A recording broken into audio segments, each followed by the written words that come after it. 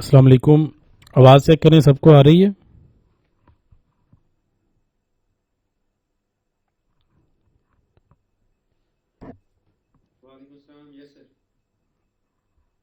चलें जी, ठीक है। बाकी लोग भी ज़रा चेक कीजिएगा, स्क्रीन में आपके साथ शो करता हूँ, उसको भी चेक करें।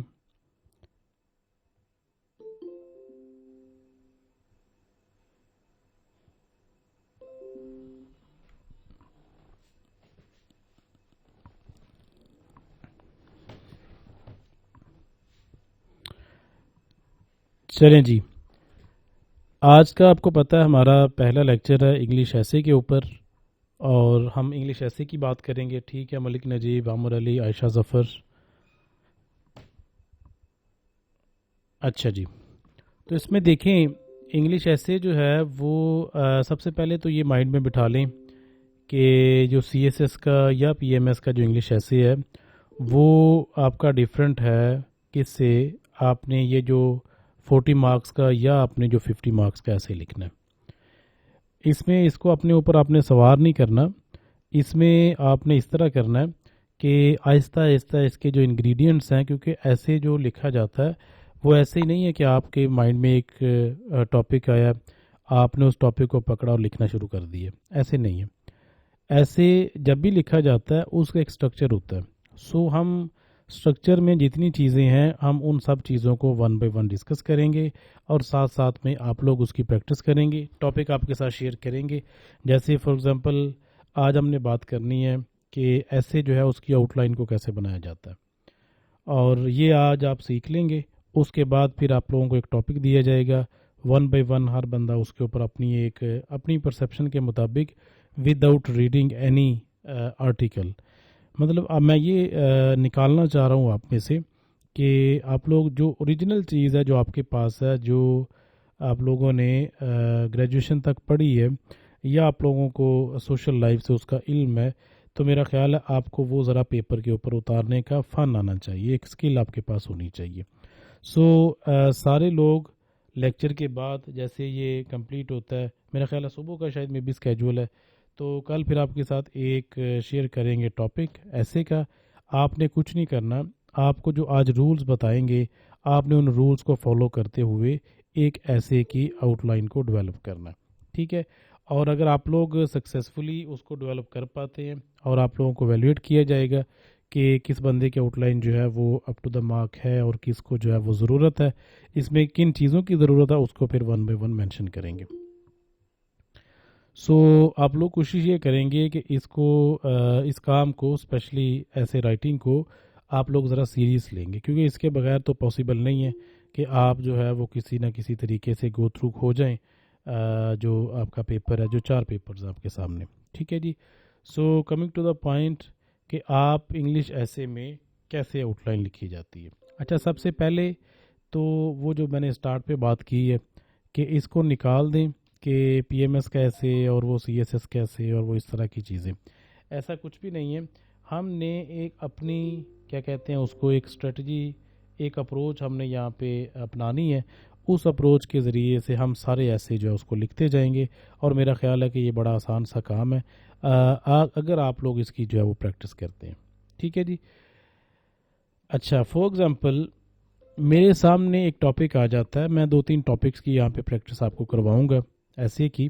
तो मेरे सामने फॉर एग्जांपल एक टॉपिक आ जाता है जी, जिसको हम कहते हैं, जैसे लास्ट टाइम उसमें आया हुआ था असिस्टेंट रजिस्ट्रार कोऑपरेटिव सोसाइटी में मोबाइल फ़ोन्स के बारे में। मैंने मोबाइल फ़ोन के बारे में ऐसे जो है उसको अटैम्प्ट किया था। अब मुझे उसकी एग्जैक्ट स्टेटमेंट याद नहीं है, शायद मे बी उसने अकेला मोबाइल फ़ोन लिखा हुआ था, या जो है ना वो उसने कुछ और लिखा था। अब सबसे पहले तो बात करेंगे मोबाइल फ़ोन के ऊपर। अगर आपका ऐसे आ जाता है जी टेक्नोलॉजी के ऊपर, क्योंकि आपकी कोई डोमेन है ना, टोटल कोई 7-8 या मैक्सिमम 10 डोमेन्स हैं, जिसमें से घुमा फिरा के डिफरेंट एंगल्स के साथ आपसे ऐसे पूछा जाता है। हम उस डोमेन में से एक डोमेन को पकड़ते हैं, उस डोमेन का है जी, जो मेन डोमेन है वो आईटी है, और उसके नीचे जो फर्दर सब हेडिंग है वो आपका फॉर एग्जांपल है मोबाइल फ़ोन। और ये मोबाइल फ़ोन वाला जो ऐसे है ये मैंने आपका लिए असिस्टेंट रजिस्ट्रार कोऑपरेटिव सोसाइटी से। अब ये आपके सामने ऐसे आ गया पेपर में। अब आपने क्या करना है, सबसे पहला काम, आप मैंने स्टार्ट में आपको बताया है कि इंग्लिश ऐसे जो है वो स्ट्रक्चर फॉलो किए बगैर आप लोग लिखना शुरू कर देंगे, उसका फ़ायदा नहीं होगा। एग्जामिनर जो है उसका एक माइंडसेट बना हुआ है कि ये जो लड़का है जो उसने अगर आपसे पहले को 40 50 या 100 पेपर उसने चेक किए हुए हैं, तो उसका एक माइंडसेट बना हुआ है कि ये सारे लोग जो है स्ट्रक्चर फॉलो करते हैं। अगर आप में से कोई बंदा स्ट्रक्चर फॉलो नहीं करता तो पहली बात है कि वो वैसे ही कंपटीशन से आउट हो जाएगा, क्योंकि उसको इंग्लिश ऐसे लिखने का तरीक़ाकार नहीं पता, उसको मेथडोलॉजी आती नहीं है। अब मोबाइल फ़ोन है, अगर मैं इसके ऊपर ऐसे लिखूं तो मैं कैसे लिखूंगा, अपनी आउटलाइन आपके सामने वाजे करता हूं, आपको इससे अंदाज़ा हो जाएगा। और अगर आपको नहीं भी कुछ आता, यूज़ ऑफ मोबाइल फ़ोन था, चलें use of mobile phone, use of mobile phone, ठीक है जी, यूज़ ऑफ मोबाइल फ़ोन। अच्छा, इसमें देखिए माइक यार किसका ऑन है, माइक ऑफ रखें अपना। फ़िलहाल आपसे लास्ट के ऊपर आपको टाइम देंगे, आप जितनी डिस्कशन करनी हुई आप कीजिएगा। फ़िलहाल अपने माइक जो है उस ऑफ़ रखें ताकि बाकी भी प्रॉब्लम में ना आए और मुझे भी सही तरह से टाइम एक प्रॉपर मिल जाए।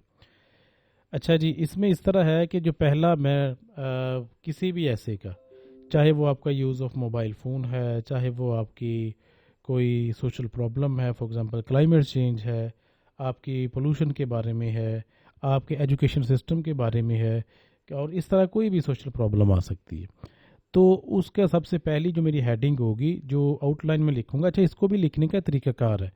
सबसे पहले इसको नंबर 1 लिखेंगे, नंबर 1, और इसको आगे ये जो होता है हमारा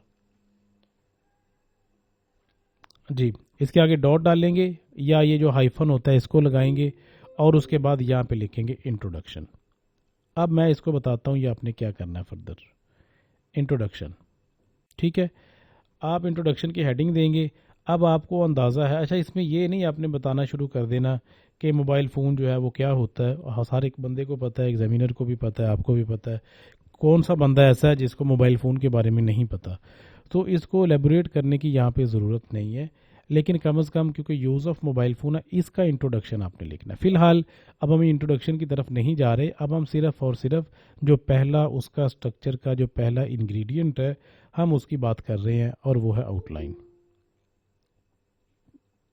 आउटलाइन, ठीक है जी, आउटलाइन की बात कर रहे हैं। आउटलाइन में जो पहला आपका टॉपिक है वो आपका बनता है जी इंट्रोडक्शन। अब इंट्रोडक्शन आपने लिख दी है। अब उसके बाद फर्दर सोचिए ज़रा कि मोबाइल फ़ोन के बारे में अभी आप लोगों ने पढ़ा कुछ नहीं है, पढ़े बगैर आप लोग एक आउटलाइन बना रहे हैं। सिर्फ और सिर्फ मैं आपका जो माइंड है उसको चलाने की कोशिश कर रहा हूँ कि आप लोग खुद सोचें इसके बारे में, बजाय इसके कि इसको अपने ऊपर सवार कर लें कि ये तो नहीं आता होता, इसके लिए बड़ा मटेरियल इकट्ठा करना पड़ता है और बड़ी चीज़ें होती हैं। तो ऐसा कुछ भी नहीं है। जो ये 40 मार्क्स का जो आपका पेपर है ऐसे का, ये बहुत आसान पेपर है। सिर्फ हमने थोड़ा सा अपना आपका जो जो नॉलेज है उसको ज़रा बाहर निकालना है। अब देखिए, मैंने कुछ नहीं पढ़ा, आप में से किसी ने यूज़ ऑफ मोबाइल फ़ोन के बारे में कुछ नहीं पढ़ा। अगर जो ये टॉपिक आसान है, फर्दर भी टॉपिक देखते हैं कोई मुश्किल सा, फिर उसमें भी आप लोग ऐसे ही कर लेंगे। अब देखें इंट्रोडक्शन। अब इंट्रोडक्शन में आप फ़िलहाल लाइनें ना लिखें, मैं आपको कह देता हूँ कि आप 4-5 लाइनों में इंट्रोडक्शन को कंप्लीट कर देंगे, ठीक है। अच्छा, ये आपने आउटलाइन में ये इस तरह नहीं बना देना, ये तो मैंने वैसे लिखा है आपके सामने। सो इंट्रोडक्शन हो गया जी पहली हेडिंग। और दूसरी जो हेडिंग आ रही है मेरे माइंड में, मैं यहाँ पे लिखूँगा नंबर 2, मैं लिखूँगा हिस्ट्री ऑफ मोबाइल फ़ोन। अच्छा, इसमें ना डिफरेंट तरीक़ों से ऐसे लिखे जाते हैं। कुछ लोग आपको कहेंगे कि यहाँ पे आपने वो सेंटेंसेस लिखने हैं, इंट्रोडक्शन लिखना है तो आपने यहाँ पे लिखना है mobile phone is an important invention of for example 21st century. यहाँ पे एक पूरा एक सेंटेंस आप लिखते हैं इंट्रोडक्शन के लिए, आप इंट्रोडक्शन का वर्ड ना लिखें, तो वो भी एक स्ट्रक्चर फॉलो किया जाता है। लेकिन मुझे लगता है कि ये जो आपने यहाँ पे लिखना है, जो आप लोग सेंटेंसेस की फॉर्म में लिखते हैं आउटलाइन, वो लिखना कोई इतना जो है ना वो मायूब नहीं समझा जाता कि वो ठीक नहीं है, वो भी ठीक है। लेकिन मैं समझता हूँ कि क्योंकि आपके पास टाइम शॉर्ट होता है, और दूसरा यहाँ पे आउटलाइन में गलती करने का चांस बिल्कुल आपका ज़ीरो होना चाहिए, क्योंकि यही तो आपकी जो इमेज है असल में जो आपने पेपर में लिखा है, यही ये आउटलाइन आपकी डिपिक्ट उसको कर रही है। सो अगर आपने यहाँ पे ही ग्रामेटिकल मिस्टेक्स और यहाँ पे स्पेलिंग मिस्टेक्स और इस तरह की पंक्चुएशन की प्रॉब्लम्स अगर आप सेंटेंसेस लिखेंगे तो मेरा ख्याल है कि यहाँ पे एज़ कम्पेयर टू ये जो सेटअप है आउटलाइन का इससे यहाँ पे ज़्यादा मिस्टेक्स हो सकती हैं दूसरी साइड पे ये वाली। ठीक है, सो मैं ये प्रेफर करूँगा कि आउटलाइन इसी तरह लिखी जाए। हिस्ट्री ऑफ मोबाइल फ़ोन्स, ठीक है। अब मुझे इसके बारे में कुछ नहीं पता, आप लोग क्योंकि वन पेपर के सारे खिलाड़ी हैं, आप लोग मुझे ये बताएं कि मोबाइल फ़ोन का सबसे पहला दुनिया का कौन सा मोबाइल फ़ोन था? क्या कहते हैं आप लोग? पढ़ा होगा पास पेपर में।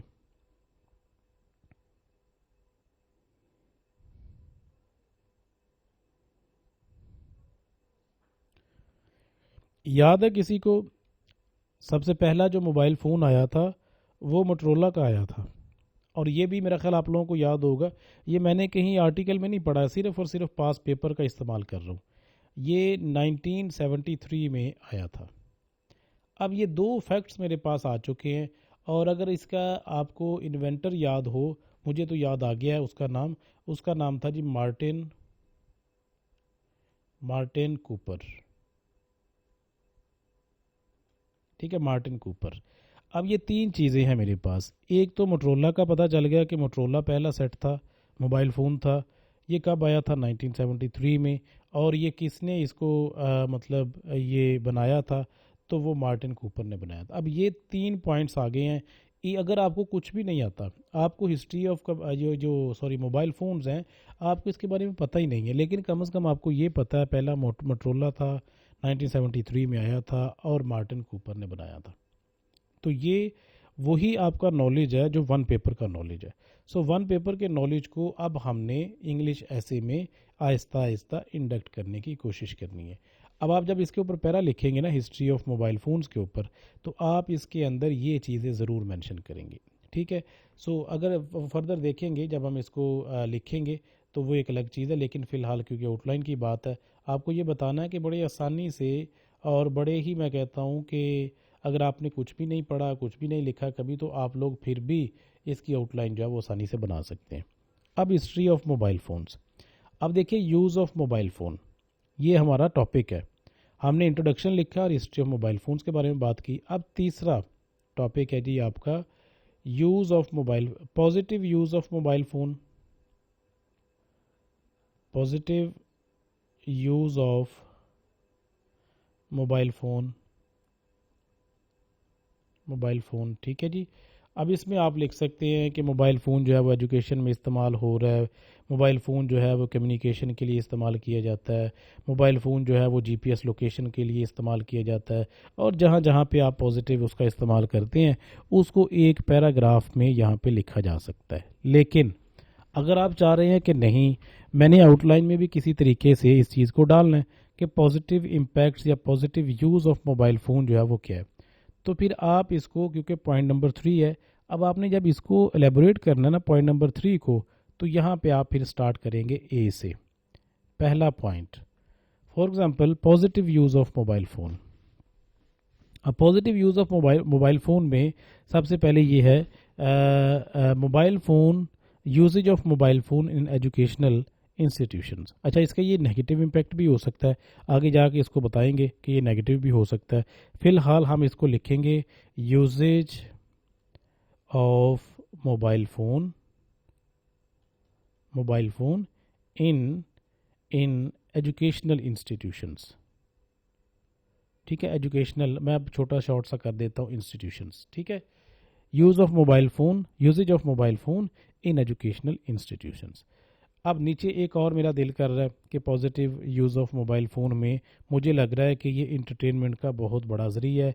सो मैं लिखूँगा कि major source of entertainment, major source of entertainment, entertainment. ठीक है, मेजर सोर्स ऑफ इंटरटेनमेंट, ये आपका बी आ गया। अब मेरा दिल कर रहा है कि इसमें कुछ और भी ऐड किया जा सकता है। अब देखें, अब आप हाथ रोकेंगे, हाथ आपका रुकेगा नहीं। अब आपने अभी पढ़ा कुछ भी नहीं है, अभी मोबाइल फ़ोन के बारे में कुछ भी नहीं पढ़ा, लेकिन हम एक ब्रेनस्टॉर्मिंग इसको बोला जाता है वर्ड स्पेसिफिकली, हम वो ब्रेनस्टॉर्मिंग करते जा रहे हैं। अब हम ये देखते जा रहे हैं, और यही चीज़ वो पीपीएससी या इस ये जो आपका इंग्लिश ऐसे का पेपर होता है, इसका मकसद भी यही होता है कि आपने रियल टाइम सिचुएशन में बैठ के सोचना है कि मैंने अब इसमें कौन कौन सी चीज़ें डालनी है और कौन कौन सी चीज़ों के लिए टाइम मेरे पास नहीं है। तो ये असल में रियल टाइम टेस्ट है आपका, ये आपकी असल में नर्व्स का टेस्ट है। तो इसी वजह से ये इंग्लिश ऐसे को तहसीलदार में रखा गया कि जब आप बतौर तहसीलदार बैठेंगे तो फिर आपने जो इमीडिएट डिसीजंस लेने हैं तो वो कितने जो इफ़ेक्टिव डिसीजन आप ले सकते हैं। अगर आपने ऐसे का, जो कि एक आपको पता है प्रेशर सिचुएशन होती है, आपने एक ऐसे को अच्छे तरीके से डील कर लिया तो डेफिनेटली आपकी जो रियल टाइम सिचुएशंस में प्रॉब्लम्स आएंगी बतौर तहसीलदार, आप उसको बड़ी आसानी से डील कर लेंगे। तो यही असल में इसका मकसद होता है इंग्लिश ऐसे को लिखवाने का। अच्छा, इसमें देखें, अब अगर ना रोके इसमें तो बहुत सारे मोबाइल फ़ोन के पॉजिटिव यूज़ का इस्तेमाल किया जा सकता है। फॉर एग्जांपल सी, डी और ई तक हमने लिख दिया। अब आते हैं, मैं कहता हूँ कि बस कर दें, अब फर्दर देखते हैं। फर्दर मैं पॉइंट नंबर 4 लिखता हूँ। Point number 4, usages of mobile phone in a negative way, या negative use of mobile phone. ठीक है, negative use of mobile phone मैंने लिखा यहाँ पे, और उसके बाद जो है ना negative use of mobile phone. ठीक है, अब इसके नीचे फिर अगर आपने इसको फर्दर आपने एलेबोरेट करना है कहाँ कहाँ पे negative use of mobile phone है, तो सबसे पहले आप यहाँ पे ए लिखेंगे। यहाँ जहाँ से ये स्टार्ट होगा ना आपका, उसके नीचे ही बिल्कुल ए लिखा जाएगा, और ये इसका स्ट्रक्चर होता है आउटलाइन बनाने का। आप इसको बनाएंगे, और जो आपका negative use of mobile phone है उसमें सबसे पहले आप लिखेंगे कि for example effecting the eye sights of the users. ठीक है, इफेक्टिंग या इट इफेक्ट्स इफेक्ट्स द आई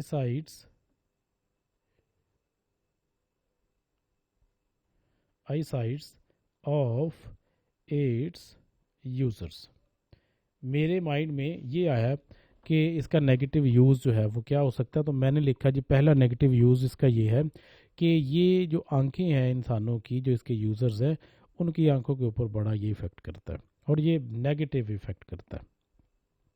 दूसरा लिखें कि इससे जो है ना वो हम ये कह सकते हैं कि it's negative use of mobile phone definitely leads us towards curse, या क्योर्स लिख दिया यहाँ पे। Curse mean disaster.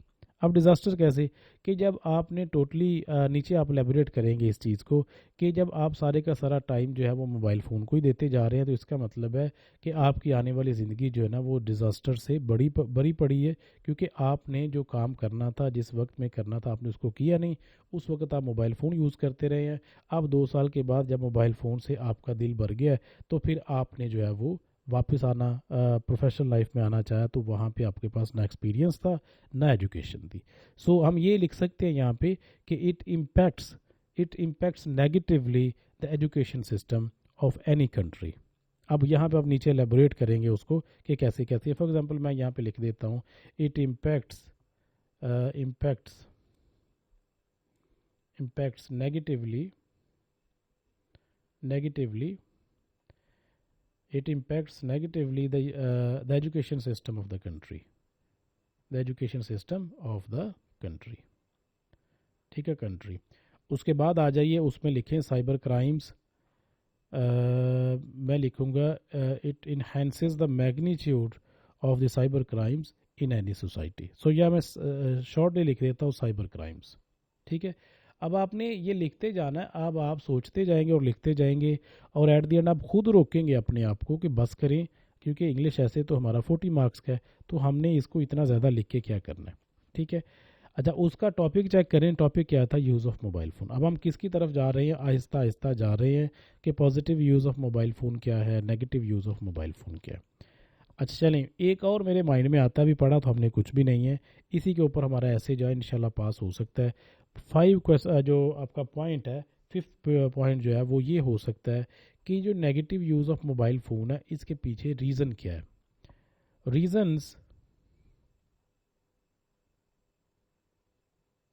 Reasons behind the negative use of mobile phone.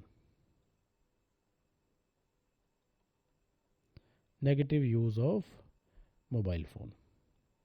ठीक है, मोबाइल फ़ोन, मोबाइल और पी के साथ फ़ोन लगा दिया। ठीक है, reasons behind the negative use of mobile phone. अब मैंने कुछ नहीं पढ़ा, आप लोगों ने भी कुछ नहीं पढ़ा, आपके ख्याल में क्या रीज़न हो सकती है? मैं पहली रीज़न लिखता हूँ यहाँ पे मैं कहता हूँ कि कम अज़ कम आपको 4-5 डिपार्टमेंट अपने पास रखें जिनको हमने ज़िम्मेदार ठहराना है कि ये जो सोशल ईवल है या सोशल क्राइसिस है या सोशल प्रॉब्लम है, ये इनकी वजह से है। फॉर एग्ज़ाम्पल मैं कहता हूँ कि ये एक मैंने जो इंस्टीट्यूशन रखा है आपके सामने, वो गवर्नमेंट है, कि गवर्नमेंट ने जो है वो प्रॉपर स्टेप्स नहीं लिए, कि ना ही गवर्नमेंट जो है वो प्रॉपर लोगों को एजुकेट कर पाई है, जिसकी वजह से लोगों को इसके नेगेटिव यूज़ के इम्पैक्ट्स के बारे में नहीं पता और लोग इसको नेगेटिवली यूज़ करते जा रहे हैं। सो गवर्नमेंट को किसी ना किसी तरीके से रिस्पॉन्सिबल जो है वो डिक्लेयर करें। सो हम यहाँ पे लिखेंगे गवर्नमेंट failed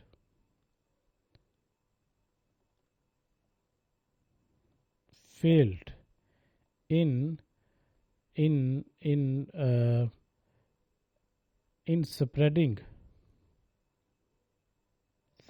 awareness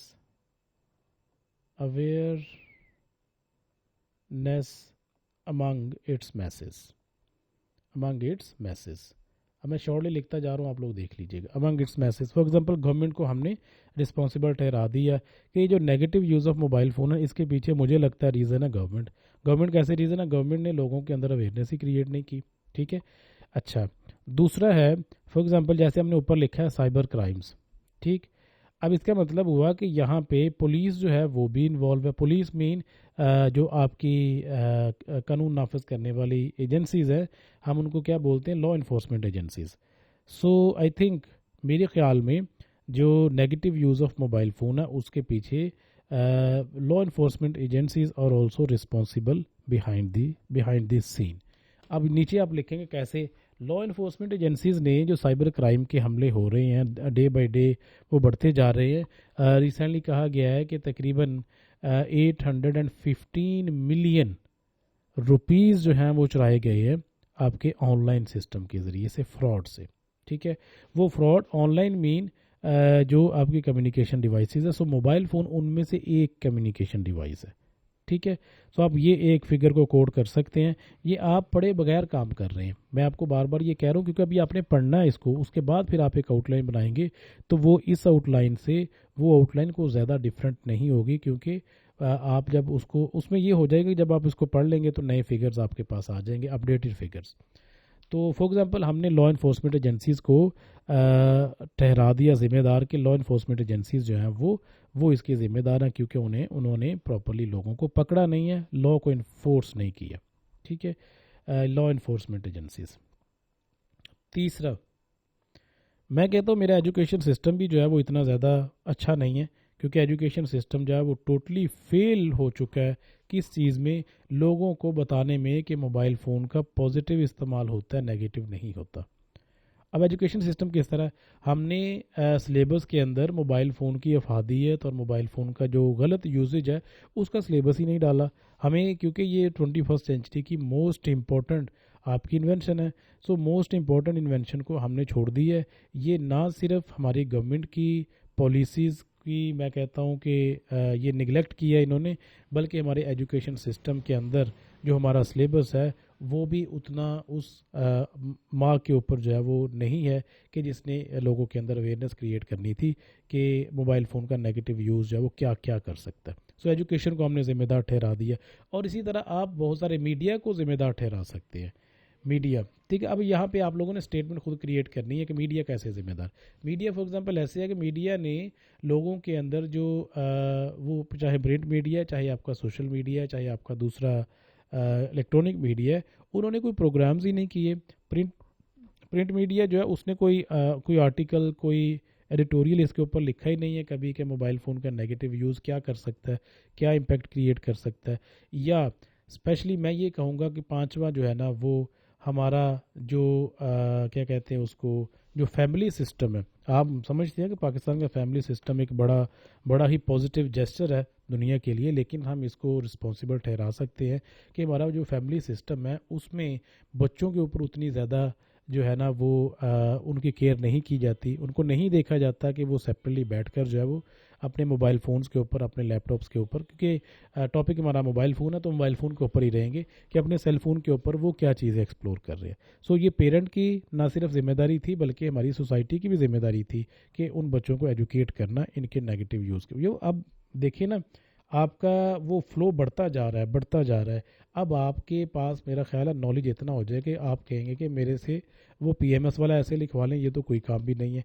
और इसी तरह आप इसको बाद में, अब आपको खुद हाथ रोकना पड़ेगा, फिर अब आप इसके देंगे वे फॉरवर्ड या इसका सोल्यूशन, या हम ये कहेंगे कि जिसको हम बड़ी कई दफ़ा हमने सुना भी हुआ होगा इसके बारे में, रिकमेंडेशंस। अब हम रिकमेंडेशंस देंगे कि मोबाइल फ़ोन का जो नेगेटिव यूज़ है उसको हम कैसे ख़त्म कर सकते हैं, how to overcome the negative use of mobile phone. यहाँ पे हम रिकमेंडेशन देंगे, गवर्नमेंट जो पॉलिसीज़ बनाए, लॉ इन्फोर्समेंट एजेंसीज उसको, ये जो ऊपर लिखा है ना आपने, जो कॉजेज़ हैं negative use of mobile phone के पीछे, तो उनको ज़रा उलट देखें, दूसरी नज़र से देखें। यहाँ पे हमने कहा था गवर्नमेंट जब फेल हो गई है अवेयरनेस क्रिएट करने में, सो यहाँ पे नीचे लिखेंगे जब रिकमेंडेशन में, तो आप ये लिखेंगे गवर्नमेंट को जो है वो लोगों के अंदर अवेयरनेस क्रिएट करनी चाहिए कि जो negative use of mobile phone है वो क्या कर सकता है। अब हेल्थ इश्यूज़ यहाँ पे लिखा जा सकता था, एक हेल्थ को जो है ना वो आपका negative use of mobile phone ये हेल्थ इश्यूज़ क्रिएट करता है। और इसी तरह आपकी जो है वो लॉ इन्फोर्समेंट एजेंसीज़ उन्होंने प्रॉपरली लॉ बने हुए हैं, ये नहीं कहना है कि लॉ बने नहीं, लॉ ऑलरेडी मौजूद हैं। जैसे यहाँ पे एक जो कोटेशन डाली जा सकती है कि साइबर क्राइम का एक लॉ आया था 2016 में, साइबर क्राइम एक्ट 2016। ऑल्दो कि साइबर क्राइम एक्ट 2016 मौजूद है, लेकिन फिर भी हमारे मुल्क में जो है वो ये हमले होते जा रहे हैं, साइबर क्राइम के डे बाय डे वो बढ़ रहे हैं।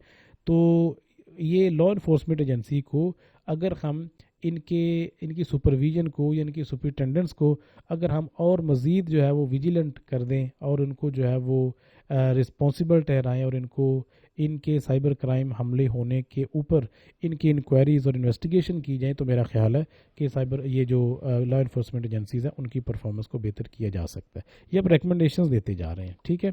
और लास्ट के ऊपर ये आपने एक रिकमेंडेशन दी, वो गवर्नमेंट वाली, उसके बाद एजुकेशन वाली, साइबर क्राइम वाली और बाकी सारी चीज़ें।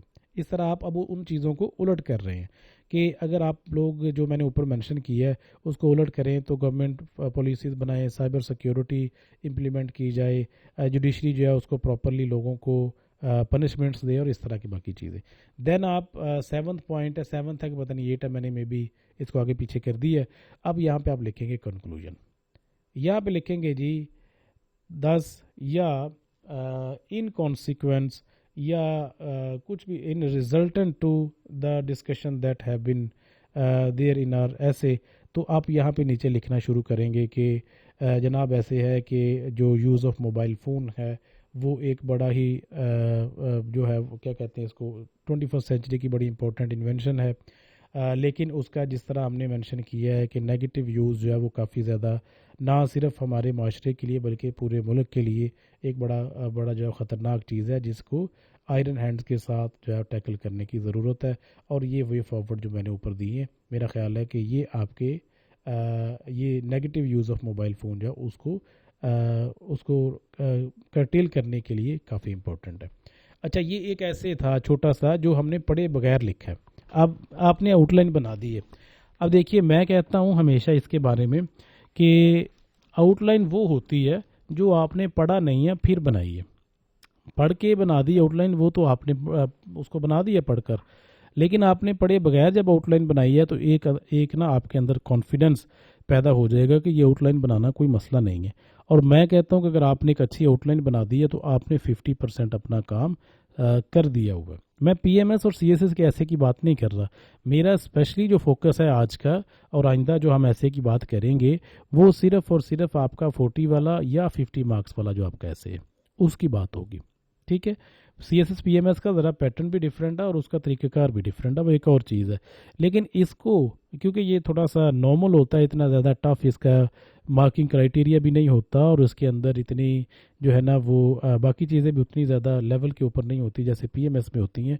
तो ये एक अच्छा इस तरह आप एक जो आपका ऐसे है उसको प्रोड्यूस कर सकती है। अब फॉर एग्ज़ाम्पल आपके सामने एक और जो है वो आउटलाइन बनाता हूँ, उसमें देखिएगा मैं बात करता हूँ एक और सोशल प्रॉब्लम है जिसको हम कहते हैं जी एयर पोल्यूशन। एयर पोल्यूशन, अब आपके सामने ये टॉपिक आ गया। मुझे ये बताइए ज़रा, आप लोगों को आवाज़ वगैरह क्लियर है, सब कुछ everything is fine? Waste of time भी आ सकता है? यस, डेफिनेटली, बिल्कुल बिल्कुल। अब देखिए ना आप लोग खुद, ये ब्रेनस्टॉर्मिंग मैं करवाना चाह रहा था आपसे, वो टेलीफोन, मैं मोबाइल फ़ोन की बात कर रहा हूँ, ग्राहम बेल जो था वो टेलीफोन वाली बात थी, मैं उसकी बात कर रहा था मोबाइल फ़ोन की, तो वो मार्टिन कूपर ही था उसका।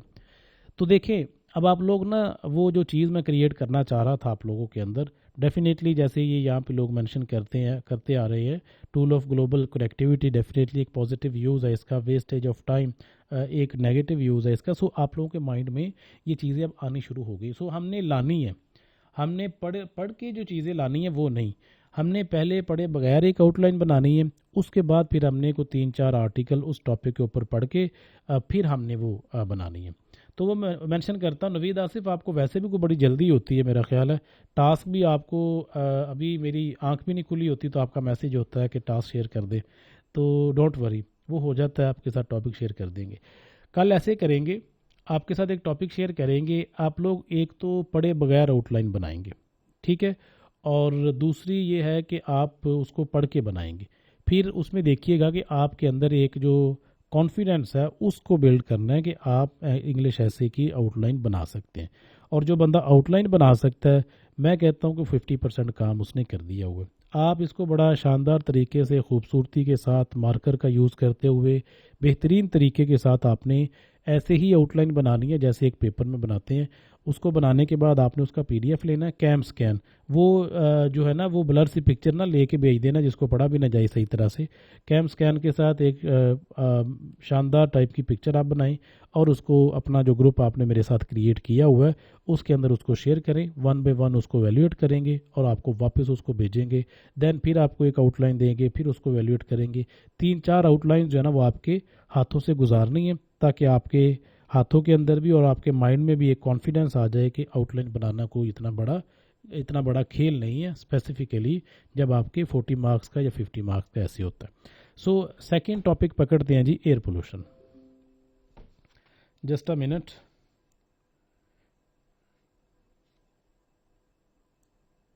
अच्छा जी, अब एयर पोल्यूशन है, एक सोशल प्रॉब्लम है। सबसे पहले हमने क्या किया था, उधर हमने किया था नंबर 1 दिया था जी किसको, इंट्रोडक्शन को। ये आई कैपिटल आएगा आपका, इंट्रोडक्शन, ये आपने इंट्रोडक्शन का दे दिया। अच्छा, नीचे लाइन लिखने की कोई ज़रूरत नहीं है कि मैंने एयर पोल्यूशन को कैसे डील किया, नो, ये जब आप पैराग्राफ इसके ऊपर लिखेंगे, इंट्रोडक्शन लिखेंगे, उसमें आपने इसको मेंशन करना। अभी इसको मेंशन करने की यहाँ पे कोई ज़रूरत नहीं है। अच्छा, आप देखिए, सोचिए, आपने अभी पढ़ा नहीं है, आप पढ़े बगैर इसका जो है ना वो इसके ऊपर ऐसे लिखना चाह रहे हैं। अब सोचें कि एयर पोल्यूशन में क्या क्या चीज़ें आ सकती है। एक तो इंट्रोडक्शन आपका आ गया, और दूसरा क्या आ सकता है इसमें, अब एयर जो पोल्यूशन है, क्या ख्याल है कि वो किसी बगैर किसी वजह की होती जा रही है या उसके पीछे कोई रीजंस है। अब हम उसको लिखेंगे, या काजेज बिहाइंड, यहाँ पे लिखता हूँ .2, causes behind the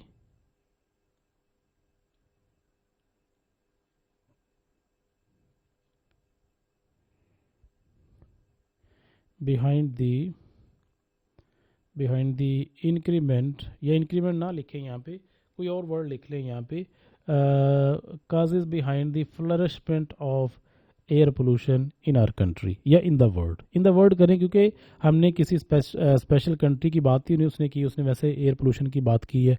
अब हम इसमें पाकिस्तान को इन्वॉल्व करेंगे, वो बिल्कुल ठीक है, काजिज में लेक ऑफ फॉरेस्ट आता है। देखिए, आप ब्रेनस्टॉर्मिंग कर रहे हैं ना, पढ़ा नहीं अभी आपने, यही मैं चाह रहा था कि आप ब्रेनस्टॉर्मिंग करें, पढ़े बगैर करें। सो आपने लिख दिया जी causes behind the flourishment of air pollution. अब नीचे पहला पॉइंट आ गया, जैसे उन्होंने लिखा हुआ है lack of forest, so lack of forest आ गया। और उसके बाद मैं फिर अगेन गवर्नमेंट को यहाँ पे रिस्पॉन्सिबल करूँगा।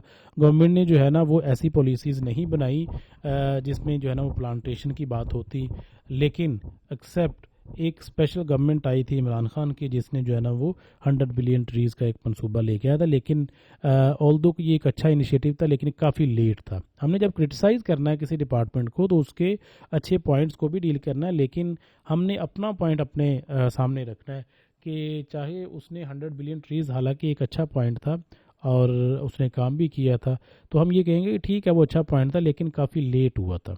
हमें ये 100 बिलियन, ये बिलियन ट्रीज़ हैं, ये हमें कम से कम उस आज से 20 साल पहले लगा देने चाहिए थे, ताकि आज जो है वो सारे ट्री ग्रो हो जाते और हमें ये एयर पोल्यूशन जो है उसका उतना ज़्यादा मसला ना होता जितना आजकल है। और इसके पीछे देखें तो इफ़ेक्ट्स क्या हो रहे हैं, अब यहाँ पे आगे लिखे जा सकते हैं। ये एयर पोल्यूशन आ गई, और उसके बाद आ जाएं जी ग्लोबलाइजेशन, एक बड़ा इंपॉर्टेंट जो है वो फैक्टर है बिहाइंड एयर पोल्यूशन, और इस तरह की बाकी चीज़ें भी आप यहाँ पे लिख सकते हैं। अब नीचे लिखें थर्ड पॉइंट पे, ये आपने काफ़ी ज़्यादा लिख दिए, 4 5 7 लिख के हाथ रोक लिया।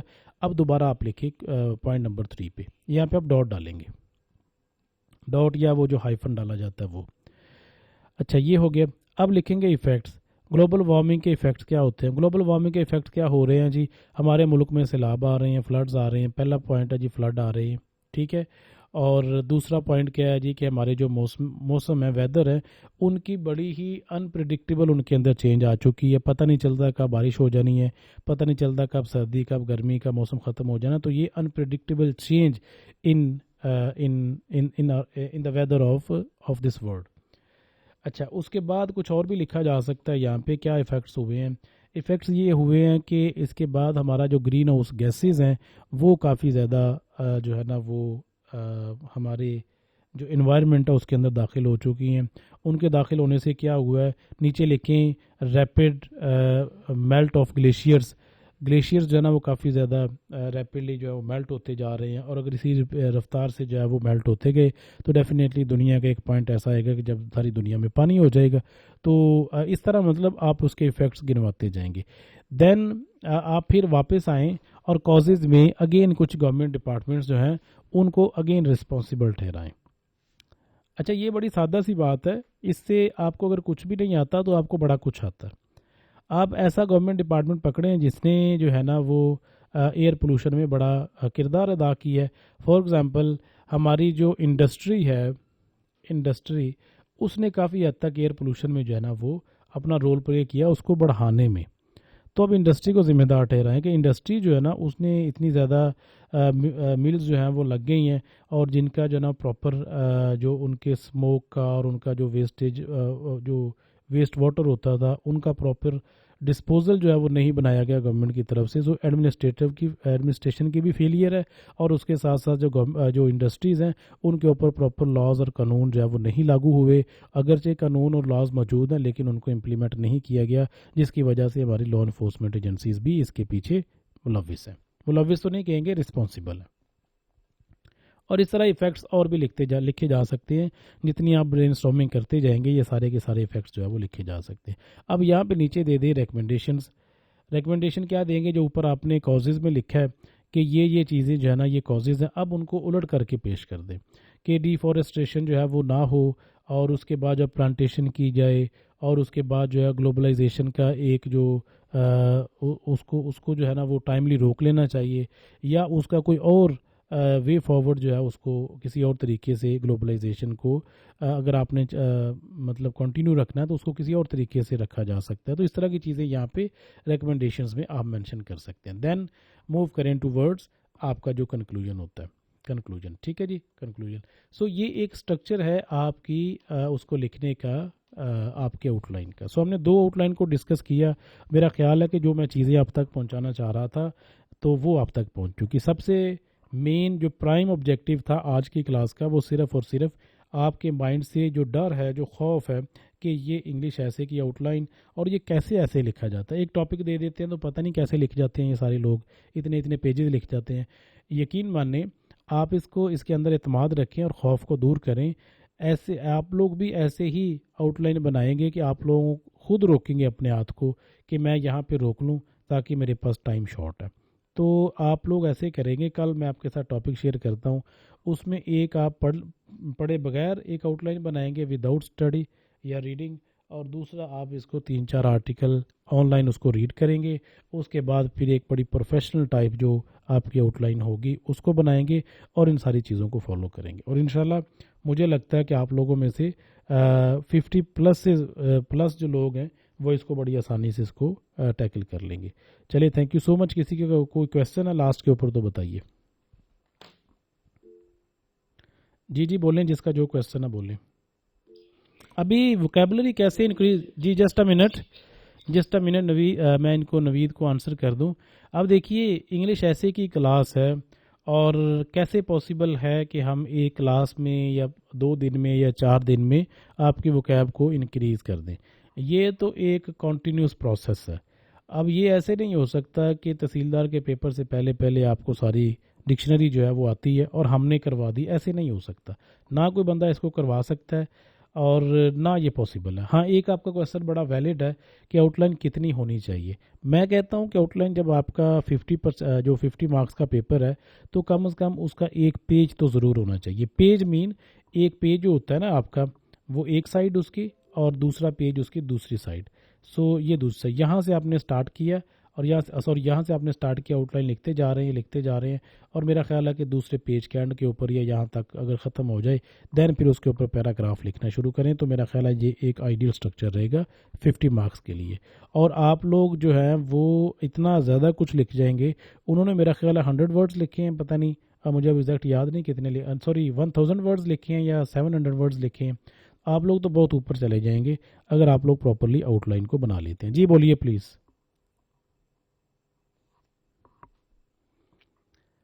सर मेरा ये क्वेश्चन है कि कुछ जगह पे ये बोला जाता है कि जो आउटलाइन है इसको इडियम्स की फॉर्म में लिखा जाए तो और ज़्यादा इसको प्रेफर किया जाता है। नहीं यार, उसमें जो मेरा मेरा स्ट्रक्चर था ना, मैंने ये नहीं मैं कहूँगा कि मैंने फ़लाँ बुक से पढ़ा ये वो, मैंने एक स्ट्रक्चर फॉलो किया था। इसमें असिस्टेंट रजिस्ट्रार में, पीएमएस में और एक दो डिपार्टमेंटल एग्ज़ाम थे वहाँ पे। तो मेरा ये इंग्लिश ऐसे जो है वो बड़ा अच्छा रहा है। तो ये बड़ा अच्छा एक्सपीरियंस रहा है मेरा। इसमें कोई जो है ना वो फेलियर के चांस ऐसा कुछ नहीं बना। तो मैं इसलिए जो है ना वो आपको रिकमेंड करूँगा कि जो मैंने टेस्ट किया हुआ है तो आप उसी को अगर लेके चलें तो मेरा ख्याल है ज़्यादा बेहतर है। बाकी अगर आपको लगता है कि वो इडियोमेटिक फ्रेज़ उनको यूज़ कर लिए जाए तो उनको भी किया जा सकता है, लेकिन मैं वैसे उनको प्रेफर भी नहीं करूँगा और रेफ़र भी नहीं करूँगा। और सर ये एक और क्वेश्चन है जी कि जी। इसमें कैब ज़्यादा मैटर करती है कि ग्रामेटिकल मिस्टेक्स इसमें जो जैसे आपकी ग्रामर जो है ना वो मैटर करती है। वकैब का मैं आपको ये नहीं कहूँगा कि यहाँ पे कोई बड़े बड़े मोटे मोटे से वर्ड्स ला के डालें ताकि आपका जो एग्जामिनर है वो भी देखे कि ये बच्चे ने कहाँ से वर्ड लिखा है। ऐसा ज़रूरत भी नहीं है इस चीज़ की। सिर्फ एक चीज़ की ज़रूरत है, राइट एंड करेक्ट इंग्लिश। वो करेक्ट इंग्लिश मीन आपकी ग्रामर जो है वो ठीक होनी चाहिए। सो ग्रामर अगर आपकी ठीक है तो आपको वोकेबलरी के बारे में इतना ज़्यादा परेशान होने की ज़रूरत नहीं है। लेकिन फिर भी इसका हरगिज़ ये मतलब नहीं कि आप वो इज़ आर एम और ये वो करके आप पूरा ऐसे लिख दें, उसके आउटलाइन बना दें ना। आपको डेली बेसिस पे, जैसे मैंने रिकमेंड किया था, आप लोगों ने डॉन को पढ़ना। अब उसको इस नज़र से पढ़ना है ताकि आप वो जो वर्ड्स आप वहाँ पे पढ़ें तो जब आप ऐसे लिखें जो प्रैक्टिस के लिए लिख रहे हैं, जैसे आउटलाइन बना रहे हैं, तो इसके वर्ड्स कम से कम इसके अंदर इस्तेमाल करें। तो वो इतना मुश्किल काम नहीं है। आहिस्ता आहिस्ता ये सारी वोकेबलरी जो है वो बड़ी डेवलप हो जाएगी और आपको ये वोकैब वाला जो हवा क्रिएट किया हुआ है ना कि बड़े मोटे मोटे से वर्ड लिखें, बड़े बारी से और बड़े लंबे लिखें और बड़े शानदार जिसमें जो है ना वो लंबे लंबे स्पेलिंग्स हों, तो ऐसा कुछ भी नहीं है। एक चीज़ है, आपकी ग्रामर जो है वो ठीक होनी चाहिए। सो ग्रामेटिकल मिस्टेक्स जितनी कम हो उतनी ज़्यादा ज़रूरी हैं और इम्पोर्टेंट भी हैं। अच्छा जी, जी बोलिए क्या कह रहे हैं ये।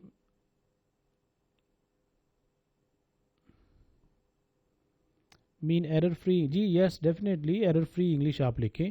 बाकी उसमें कोई बड़े बड़े वर्ड्स डालने की कोई ज़रूरत नहीं है। और किसी का क्वेश्चन इसके ऊपर? सर कई दफ़ा स्टेटमेंट पास्ट पेपर्स में देखी है सीएसएस वगैरह के, तो स्टेटमेंट की समझ नहीं आ रही होती कि इस ऐसे किस बारे में पूछ रहा है, इसकी अगर कोई। आप लोग मुझे ये बताएं कि आपका सीएसएस का पेपर है, पीएमएस का पेपर है, या 50 मार्क्स का पेपर है सी का? आप 50 मार्क्स का जो पेपर है उसको, जिस जिस जिस भी 50 मार्क्स को देखेंगे, मेरा ख्याल है आपको इजीली समझ आ जाएगी कि ये क्या पूछ रहा है।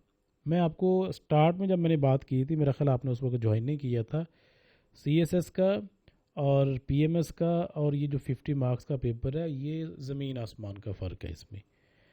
50 मार्क्स में आपने वो चीज़ें एक्सपेक्ट नहीं करनी, ना एग्जामिनर आपसे कर रहा है कि वो आप सीएसएस लेवल के ऐसे लिख के आएँ तो फिर आपको वो नंबर देगा, ऐसा कुछ भी नहीं है। बाकी कोटेशन डेफिनेटली इसमें तो क्यों नहीं, कोटेशन आप अगर आपको आती हैं और सही कोटेशन है तो डेफिनेटली लिखें, उसमें ज़रूरी है।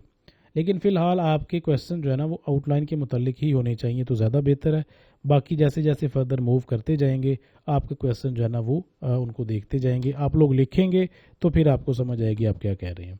एक लास्ट पे बात करता जाऊँ, नहीं ऐसे नहीं है, वो अगर ज्वाइन करना तो वो अलग से आपने सेपरेट ज्वाइन करना है सिर्फ।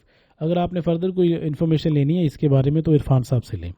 अच्छा, लास्ट के ऊपर एक आपको बात करता जाऊँ, वो ये है कि कभी भी पॉसिबल नहीं है कि आप काम ना करें और आपका नाम जो है वो उधर आ जाएगा रिटर्न में। क्यों? क्योंकि ये आधा काम जो है ये आपका प्रैक्टिस का काम है और आधा काम आपका जो है वो गाइडेंस का काम है, पढ़ने का काम है।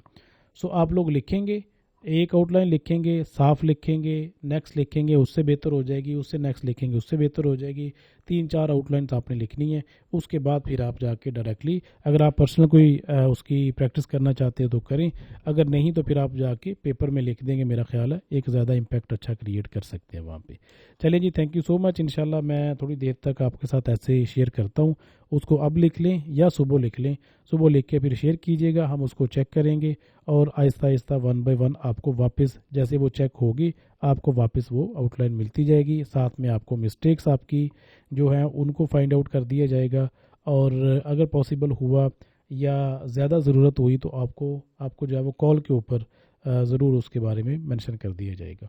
जी थैंक यू सो मच। बाकी इंशाल्लाह कल मुलाकात करते हैं, कल में भी नहीं, हमारी मंडे को मुलाकात होगी। कल आप लोग अपनी आउटलाइन लिखें और आपका टास्क भी आ जाएगा। टास्क की कोई छुट्टी नहीं है, लाइव लेक्चर की छुट्टी है, लेकिन उसमें आपका वो जो प्रेसी है, सॉरी प्रेसी कह रहा हूँ, आपका जो इंग्लिश ऐसे है वो आप कल इसकी प्रैक्टिस करेंगे आउटलाइन की।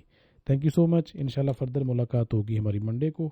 और जो हमारी कंटिन्यूसली चीज़ें चल रही हैं, जैसे रेवेन्यू का लॉस चल रहे थे, उसको कंटिन्यू रखेंगे, साथ में आपके टास्क होंगे। थैंक यू जी, अल्लाह हाफिज़।